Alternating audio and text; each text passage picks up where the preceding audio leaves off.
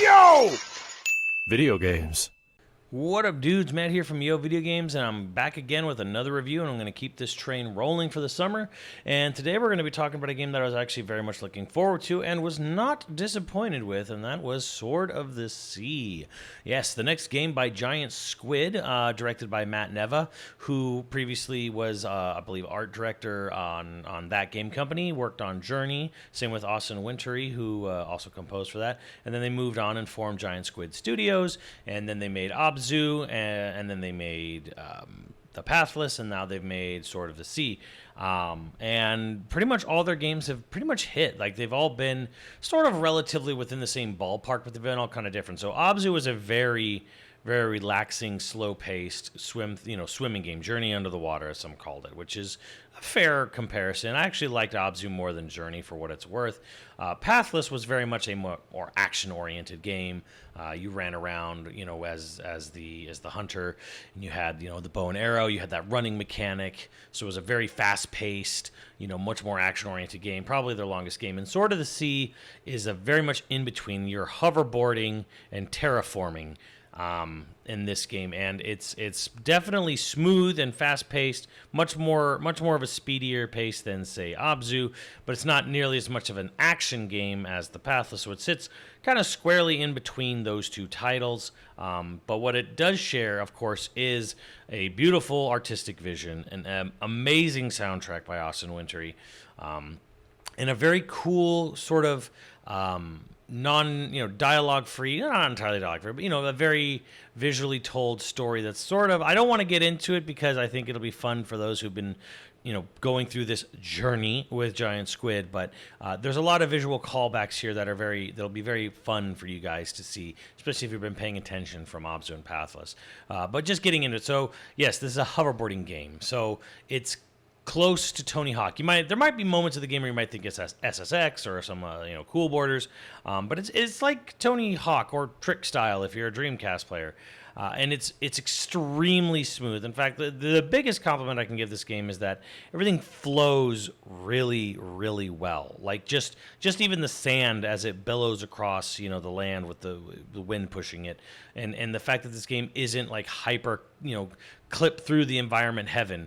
It just really looks really good. They clearly spent a lot of time making sure that the environment art looks good, making sure that the hoverboarding looks good, and they clearly spent a lot of time making sure the controls feel good. The one thing that's nice about it is, like, you are on a hoverboard, but you don't have to worry about sliding around. Like, if you stop, if you break, moving your character, the Wraith, as I believe she's called, you stop. You don't have to worry about the hoverboard just sort of like drifting off, a cliff. And even if you do, there's really no penalty. It'll just take you back to like the last checkpoint or the last time you were on solid ground. It'll take you to the last area there. One thing you might be a little surprised with Sword of the Sea is that it's actually a very platform-heavy game. There's a lot of like jumps to make, but they're all for the most part very easy to do. But yeah, it's actually a very platform-heavy game, something you may not have expected. There are moments of the game where it actually lets you cut loose and go into a Tony Hawk-style arena and do a bunch of tricks before the timer runs out. And it's kind of fun just to see this sort of diversion, but done with, the beautiful orchestrated Austin Wintory score rather than, a bunch of ska music from the late 90s, early 2000s. but I digress. This game... just beautiful to look at, beautiful to hear, but just it's smooth. I mean, you just watching the game, you can tell it's very smooth. Now, the one thing that I feel is worth mentioning, but I don't think it affected my enjoyment of the game in any way, this is a short game. This is some might say very short game, especially if you don't take any time to go around and explore. Now, there are things to find in this game. I actually don't really know what they do, but there are hidden collectibles. And those will give you some trouble. Like, those will give you okay, they're going to really test the limits of your platforming prowess and, how much, tricks can you pull off or whatever. So there are areas to challenge yourself in this game, especially if you're trying to be a 100% completionist. There's even an upgrade system that requires you to, there's collectibles. There's like a currency that you get from roaming around, completing things, completing terraforming stuff. And yeah, there's a whole long list of upgrades you can get for the Wraith. So there's challenge there. There are things to do beyond just moving forward. It's not strictly like, say, Journey, where you just kind of move forward and that's the game.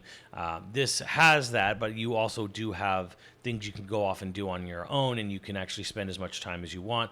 There's really no push in this game to sort of like, oh, you got to do. The only time limit are in like the sort of Tony Hawk style arenas. So again, it's very much a sort of just enjoy it. The other thing that's really nice about this game is that despite it being very short, you will see moments where they do mix up the gameplay. Like they add stuff. And I don't want to like spoil what that is necessarily, but there are tweaks to the gameplay. There are moments where you do something different, momentarily, you're controlling something else. So there are additional things. It's not just hoverboard here, there, hoverboard everywhere. It is a game that does have a little bit of variety in the things that you'll encounter and in gameplay experiences you'll have. And yes, there are some, I guess you could call them boss encounters in this game that does exist. For the most part, though, there are not any enemies per se. You are kind of roaming around a sort of I don't want to say post-apocalyptic, but kind of a post-apocalyptic world. You are terraforming it back into the sea. There's a story for it. It's actually very fun. I actually really like the way the dialogue in the runes that you find, where you sort of read about the backstory of what happened to the world. I actually find it very intriguing. I find it very well written. I find it kind of fun to sort of the way the prose and the writing of it. It was actually very neat. I liked it. Hats off to the writer of this game. But yeah, there's no enemies roaming around. You're not going to get any combat. This is not a combat. Even though you are on a sword, this is not a combat. Challenging game. It's enemy free except for like a boss battle or two here or there. So yeah, this is actually kind of a I wouldn't say chill, relaxing game, because it is kind of like, again, you are kind of zipping around really fast. But say this, if you're someone who generally likes maybe some of the more, I guess, open-ish Sonic games, like, hey, Sonic Frontiers is a pretty good example. If you like Sonic Frontiers and you wanted something that gave you sort of like a similar feeling of roaming around those open spaces doing tricks, this is a really great game for you. This is a good dessert to that game, if anything. I think there's a lot to like here if you're especially into environmental storytelling, if you're into just sort of vibes, I guess. I mean, that's kind of like the hip way to describe it, and you'll feel it immediately as you play the game, like vibes. But yes, it is short. If you have PlayStation Plus Extra or Premium, you can download the game at no additional cost on the PlayStation Store right now. Otherwise, I believe it's a $30 game for us plebeian PlayStation Plus subscribers and Steam users. I don't know how the Steam version runs or fares because I played through it on the PS5, a base PS5, and it ran perfectly fine almost the entire way through. I encountered one interesting little bug where the game actually fixed itself, where I basically got stuck in a wall mid-trick, and the game eventually just went, "Oh, you're not landing. Here, let me reload you back at a checkpoint." I didn't have to do anything. So the game actually had a little smart system implemented to fix itself in case you somehow got too far out of bounds or whatever. So that was actually pretty cool to see. So yeah, this is a very, very good game. It is very much a Giant Squid game. For those of you who've been following Giant Squid, this is going to follow right along. It's going to feel very familiar and very very good in that sense. If you're new to Giant Squid, this is just a perfectly fine jumping in point as any. You don't have to worry about it if you've played Abzu or Pathless. Although I do highly recommend you check those games out. If you enjoy this game, and if you're new to their work and you enjoy this, I highly recommend checking out the other games. Again, Abzu's a slower paced but very similar vibe to this game. Pathless is a little more action-oriented, because it's a lot more running, zipping, hookshotting, not really hookshot, but grabbing, flying around on your eagle, on bow and arrowing things. But yeah, again, if you enjoy this game, check out their other work. It's very similar art aesthetic, very similar musically. You're in for a really good time. Again, some might say, hey, this is the kind of title where you should be taking the time it takes into account. But I can't do that. I honestly, I look at this game and I just say, you know what? It's so rare in today's day and age, I feel, where you get a game, despite it being short, where it's just great start to finish. Like, you don't have this boring moment. You don't have a lull. You don't have a moment where you're just kind of like, all right, I'm done. Can we get on to the next place, please? There's something to be said for a game that's immaculately paced, even if it is pretty short. So, and again, there are things to discover and zoom around, and there is New Game Plus, and there is chapter select after beating the game, so you are incentivized a little bit. It's not a complete, oh, hey, we beat the game, and then that's it. No, you actually unlock stuff for beating it, including New Game Plus. So, I actually recommend this game wholeheartedly. I give it a 9. The only thing I kind of, if I were to wish for anything more in this game, honestly, it's more of like I wish for more. I wish there was, I guess, a little bit more to the tricks. The trick system is good, but I always felt a little, I never quite understand how to get the tricks to work as good as I wanted to. I seem to be doing just fine when you go into the Tony Hawk areas, and I was racking up the score, but it always visually looked weird to me. It felt like I was always having.